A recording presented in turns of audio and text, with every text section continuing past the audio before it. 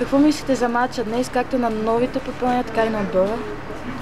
Добър мач за нашия отбор, резултатен 3-0, можеше да вкараме и повече гола, имахме една греда, изпуснахме още няколко положения. Доволен съм и от победата и от играта. Има там по играта някои забележки, но като първи матч така имаше при някои малко скованост, малко припряност. Ще ги изчистваме тези грешки в стечение на другите матчове и доволен съм също и от новите попълнения, добро включване, затова сме ги взели да дигаме нивото с тях и да сме по-добре от есенния полусезон.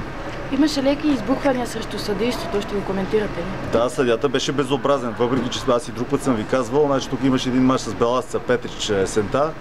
Въпреки че победихме, беше безобразен съдията. По същия начин и днес тук на матча, безобразно съдийство, може би 15 или 20 фала не съм ги броил, които ги свири в тяхна полза.